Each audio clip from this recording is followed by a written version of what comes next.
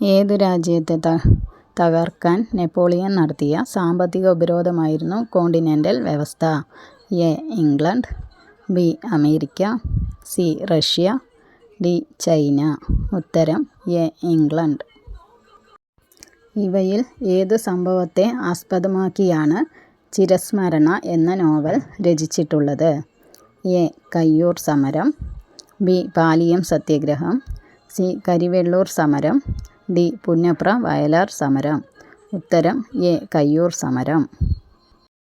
ഇവയിൽ സൈനിക സഹായ വ്യവസ്ഥ വഴി ബ്രിട്ടീഷ് ഇന്ത്യയോട് കൂട്ടിച്ചേർക്കപ്പെട്ട നാട്ടുരാജ്യങ്ങളിൽ ഉൾപ്പെടാത്തത്?